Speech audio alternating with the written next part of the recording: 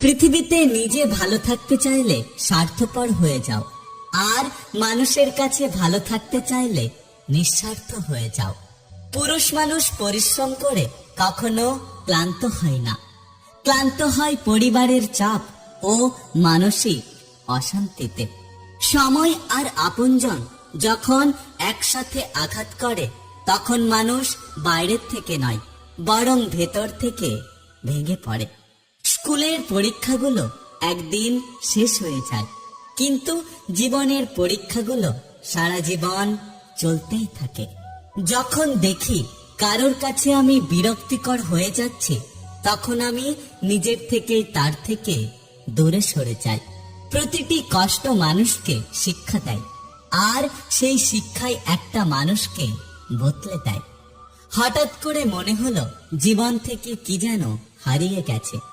তাকে